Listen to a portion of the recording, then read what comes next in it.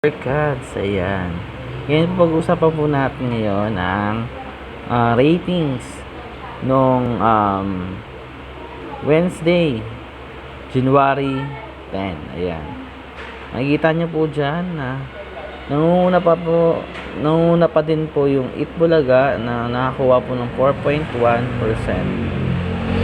Samantala, ang Showtime naman po at tahanang pinakamasaya po ay nakakuha po ng parehas 3.3% po. So waging-wagi po tayo dito. Papakita ko naman po sa inyo yung ratings po nung January 11. Ayan po, tignan niyo po. Ito po yung ratings po nung January 11. Kahapon po yan. Nakakuha po ng 4.7 ang Itbulaga.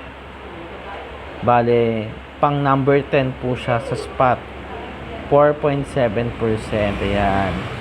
Tapos po ang Showtime naman po ay nakakuha po ng 3.0. Ayan.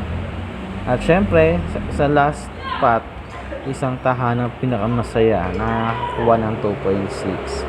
Ayan. Congratulations po sa mga sa atin, mga legit Dabber Cards. Sabi po dyan, maraming salamat sa inyong walang humpay na suporta para sa inyong legit Dabber Cards 14344. Ayan. So, yun lang po ang iulat po natin. Maraming bye po.